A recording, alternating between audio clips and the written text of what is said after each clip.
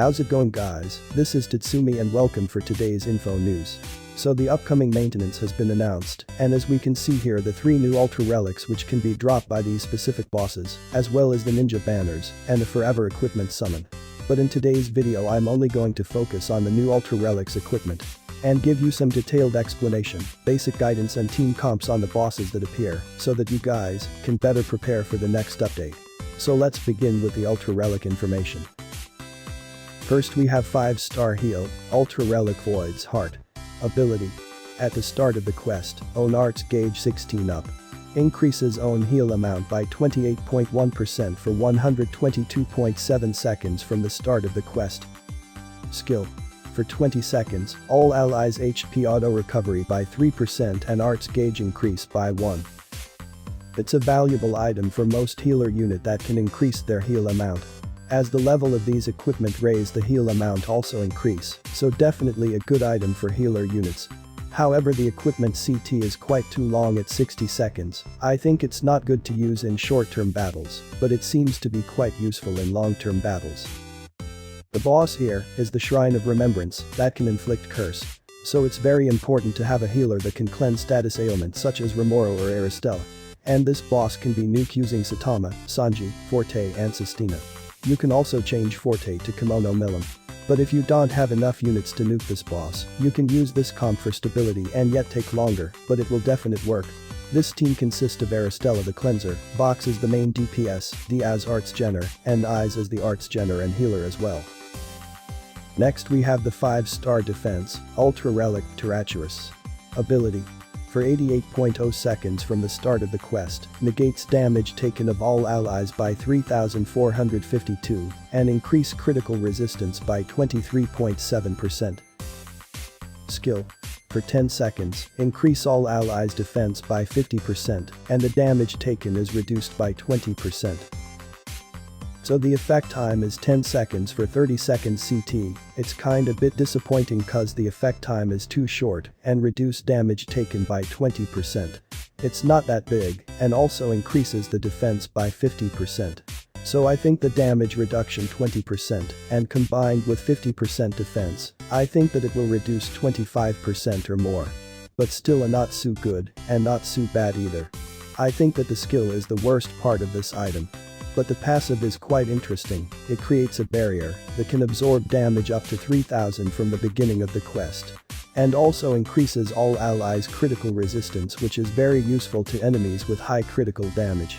So I think this is a decent item worth to raise leveling.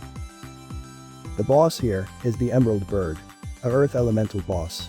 You can use this team against this boss, and especially in terms of stability. Melania does here is that she give a critical chance as well as critical damage and heal, Sandstone the barrier and damage reduction, Mage Berwick is the Arts Genner, and Swordsman Berwick is the main DPS and overall healer as well. By the way, this boss can be nuked easily by using everyone's favorite Awoken Duran. Well, I hope Duran get his awakening soon cause he is so strong unit. Take a look at this.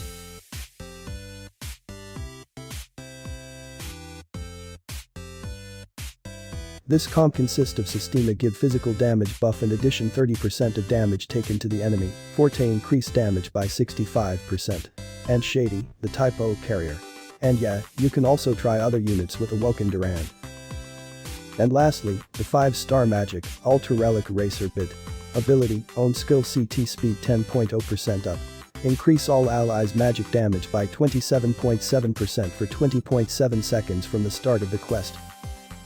Skill, deals 5,300% non-elemental magic damage. Increases own attack and damage by 30% for 10 seconds. When used for the first time, increased all allies arts gauge by 30. If I'm not mistaken, I think this one is the first magic item that can increase all allies arts gauge. So the ability and the skill effect is more on damage buff and has a short duration 20 seconds and 30 seconds CT. I think it is not supposed to be used in long-term battles, but this item is very useful in terms of short battles or nuking.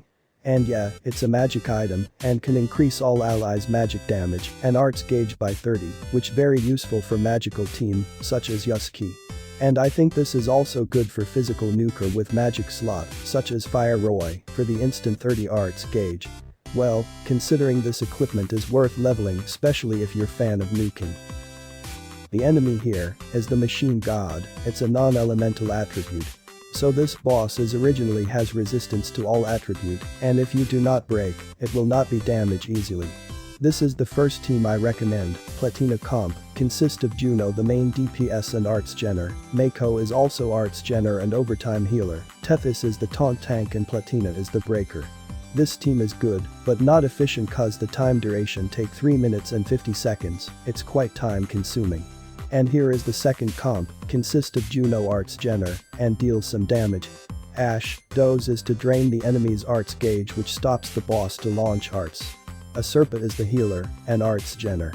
And Dark Mars X is the main DPS. Dark Mars X deals a lot of damage, cause his damage is non-elemental. And has a better clear time with 241 seconds. And the third comp consists of Light Mars X. The strategy here is same as the second comp. So, the most effective way to damage the boss is to use a non-elemental unit such as Dark Mars X, Light Mars X and number 2. This units can bypass the resistance of the boss. Okay, that's it for today's video. I hope you guys like this one. Thanks for watching and don't forget to subscribe if you're new to the channel. See you guys in the next one. Later.